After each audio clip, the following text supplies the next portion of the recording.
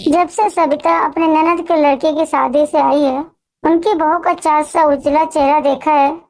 तब से ही सविता का एक सपना है, अपने बेटे की शादी एक गोरी सुंदर और संस्कारी लड़की से करे। मेरे घर में बहू आएगी तो पूरे गांव की शान बनेगी, गोरी चिट्टी चांद जैसी। सविता हमेशा यही कहा करती थी। अमित अपनी पढ़ाई पूरी करके शहर में एक बड़ी कंपनी में नौकरी कर ली। सविता ने बेटे को फोन किया, बेटा अब तुम्हारी नौकरी भी लग गई। तेरी बुआ ने एक बहुत सुंदर लड़की की फोटो भेजी है, मुझे तो लड़की बहुत पसंद है। अरे माँ, अभी तो नौकरी ज्वाइन की है, थोड़ा टाइम तो दो, बेटे ने कहा।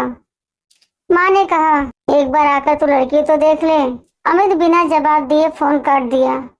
वैसे तो अमित अपनी माँ की बात मानने वाला बेटा था, लेकिन उसकी सोच थोड़ा अलग थी।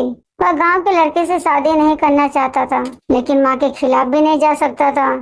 एक महीने तक अमित ने माँ से कोई ना कोई बहाना बनाकर गांव नहीं गया। इसी बीच अमित की मुलाकात नैना नाम की लड़की से हुई। नैना की खूबसूरती वाकई चाँद जैसी थी, गोरी त्वचा, घने काले बाल और गहरी नीली आंखें। लेकिन उसमें एक अजीब सी रहस्यमय बात थी। वह हमेशा अपने बारे में बातें टाल जाती, कभी भी अपने बारे में कुछ नहीं बताती, हमेशा बहाना बनाकर टाल दिया करती थी। एक दिन अमित ने उससे पूछा, नैना तुम अपने परिवार के बारे में कभी कुछ नहीं बताती, क्या बात है? नैना ने मुस्कुराकर कहा, कुछ चीजें वक्त के साथ बताई जाती हैं, बस इतना समझ लो कि मैं तुम्हें धोखा नहीं दूंगी। जब सही वक्त आएगा तो मैं सब बता दूंगी। अमित उसकी बातों में खो गया और बोला, ठीक है। उसने उसे अपनी माँ से मिलवाने का फैसला किया। अमित अपना और नैना का टिकट करवाया। माँ को फोन करके भी नहीं बताया कि वह गांव आ रहा है। दरवाजे की डोरबेल सुनकर माँ ने दरवाजा खोला तो अमित और उसके साथ आई लड़की को देखकर बहुत गुस्सा होने लगी। जब तुझे अपनी पसंद से करना था तो एक बार बता तो देता, क्या मैं मना करती? तुम आजकल के जनरेशन को ना जाने क्या हो गया है। अमित बोला, माँ अच्छा माफ कर दे, लेकिन देख तो सही, तुझे जैसी बहू चाहिए नैना वैसी ही है। जब सविता देवी ने नैना को देखा तो उनकी आंखें खुशी से चमक उठी।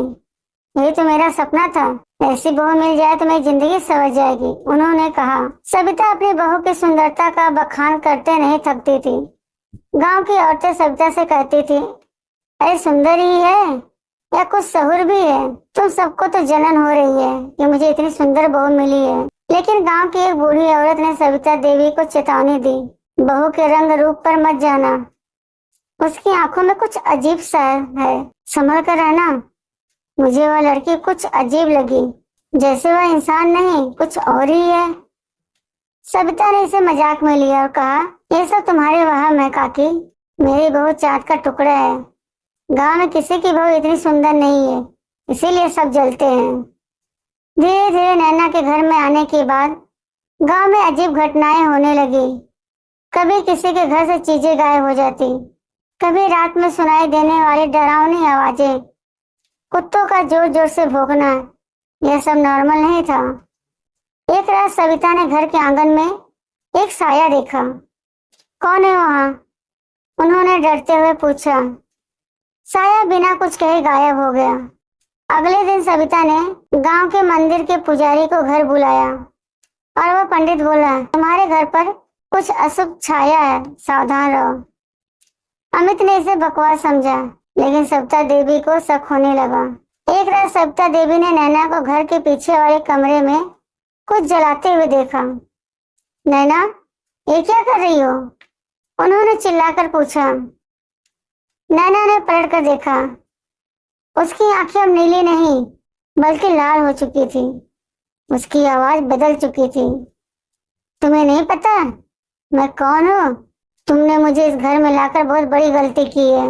सविता देवी का दिल दहशत से भर गया।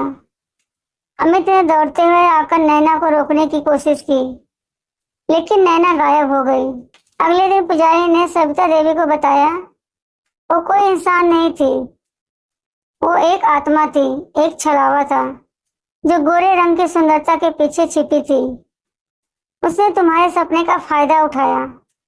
अब इसे रोकने का सिर्फ एक ही तरीका है, अनुष्ठान और गांव में गंगा जल का छिड़काव, जिससे वह हमेशा के लिए इस गांव से चली जाएगी। पुजारी ने कुछ अनुष्ठान किया और घर को शुद्ध किया। इसके बाद गांव में शांति लौट आई।